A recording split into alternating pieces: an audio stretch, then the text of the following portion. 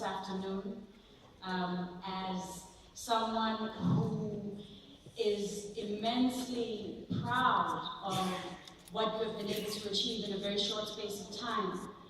I don't think anyone imagined that you would exceed the goal of R1 million in less than a month. That is extraordinary. I don't think many people outside of this hall know that tens of students or hundreds of students whose futures are not secure at this stage, at this institution, still wake up every day and go and attend lectures. I don't think people are aware of how hard you're working every single day to make sure that this campus and our country is aware of what's happening at this institution and at institutions around the country. So I'm in awe of you. I'm here because I am in awe. When I walked across the stage in 2001 to collect my BA in Law and International Relations, which I never really used,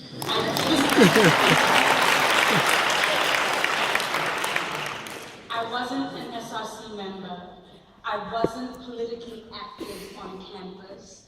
I wasn't invested in this institution beyond the degree that my mother paid for, and that I went and got reluctantly because I wanted to be an artist. So to see this level of investment from the SRC to the students who are in this hall right now, who know that their fees are paid for, or that their futures are secure, but are here to support those who don't, I commend you. I wish that the demographics in this room were more reflective of the demographics at this institution. I wish that this issue was not seen as a poor Black issue.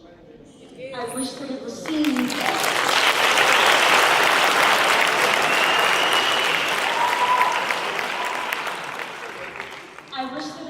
as a generational issue. And I wish that your response to this crisis could be seen in our society as an example of what your generation is capable of. I think you are extraordinary. In the eyes of the media, in the eyes of TV, in the eyes of marketers and advertisers and all the people who want to sell you products, you are seen as apolitical, you are seen as apathetic, you are seen as consumers. But your actions in the last month have completely defied that. I wish that you would use the power that you have at your disposal. And I specifically refer to technology because you are far more technologically advanced than any species that has walked this planet. And you're not even working people yet, but that's how much power you have. You can write a tweet or a Facebook status that travels the world, that makes people wake up. I wish that you would use the power at your disposal to speak about this issue and all of the issues that relate to this issue. It is criminal that in a country where we're guaranteed the right to education by our Constitution, that a state funder cannot make it possible for you to get the education that you deserve at an institution as old and as credible as yours. This is what you should speak about. The legacies that this country has to deal with, all of the stuff that we are swimming in, rests squarely on your shoulders. People like Advocate Bezos and his contemporaries, they've made their contribution. They continue to make their contribution, and that's incredibly generous of them. But the reality is, all of the legacies, the race baggage, the gender, sex and sexuality baggage, the poverty baggage, the class baggage, the inequality baggage, the xenophobia baggage, all of that sits squarely on your shoulders. And I like to believe that the solutions to all of these issues also are alive somewhere inside of you, inside your minds. Let people know who you are with the power that you have. I think this is what you are doing with this campaign. This is what you're beginning to do. For the learners, for the students who may not be here in a month or 6 months or 9 months, please don't give up. Use this year to work, to speak, to write, to volunteer, to agitate. Use this year to intern in the sectors that you want to work in. Don't give up. If you can't get back into school this year, try again next year, try again the year after that. But please do not allow yourself to be swallowed by the post-apartheid funk that is swallowing everybody.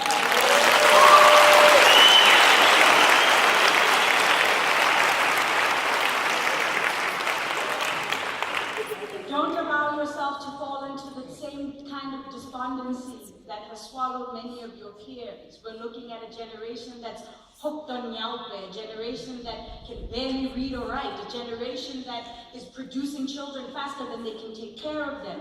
And I don't say that to judge you or to condemn you, because I don't think that you raised yourselves. So the issues that you're contending with were also issues that were handed to you, that you weren't given tools to deal with. But I think that by virtue of the fact that you are in this room, it means that you've got something extra. You've got a spark, you've got light, you've got a purpose, you've got a vision. Please don't allow that to die because you are dealing with institutions that don't have a vision for you.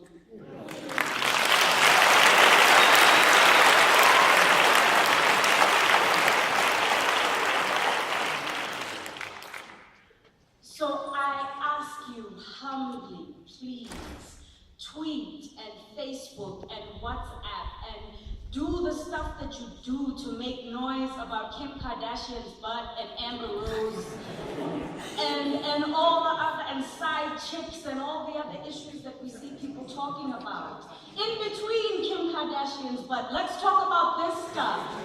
Let's talk about this stuff.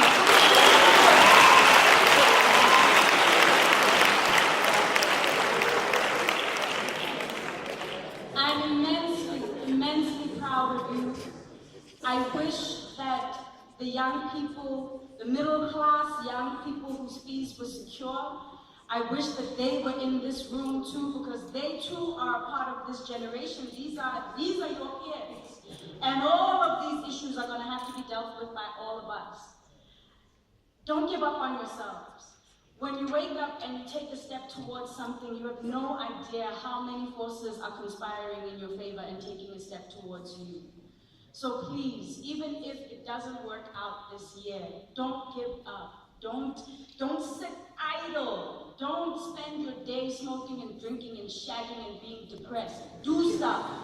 Do stuff. Talk about this. This is the issue. It's the intersection of so many issues in our society. It's the intersection of poverty, lack of access to resources. It's the intersection of corruption. There's gender dynamics also in this. I can't imagine where you're sleeping. If you're from the Eastern Cape and your accommodation and your fees are not secure, but you're here every day waking up and going to class, your personal security is at risk every day.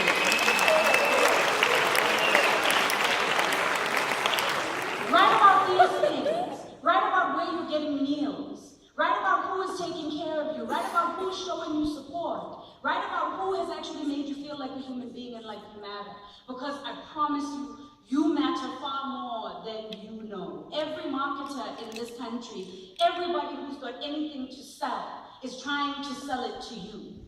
If you look at any advert, primetime television, on any channel in South Africa, all of this stuff is being geared at you. People want you to see yourselves as consumers and products and not see yourselves as people. When you decide that something needs to change in this society, this demographic far exceeds any other demographic in this country. When you decide that you want to see a change in national discourse, we'll have a change in national discourse in this country tomorrow. When you decide you want different role models, we'll get different role models. When you decide that you are willing to stand up and choose a different kind of leadership in this country, we will get a different kind of leadership. Never underestimate the power of your voice, ladies and gentlemen. It is my pleasure and my honor to lend my voice to this struggle. I think probably for the first time in the 3.5 years that I spent at WITS, I feel more invested in WITS now than I did then.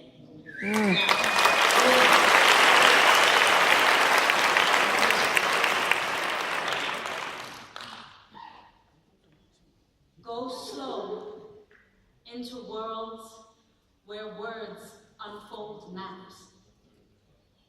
Find holes, make whole, steer clear of traps, see gaps, steps steeped in insight, free flight, fright, break form, flow, fly, fall, crawl, creep, quietly feel fear, steal, hold, slide out, trip up, slip away, skip over, flip through, flop down, hop on, bend, pretend the mind is a friend.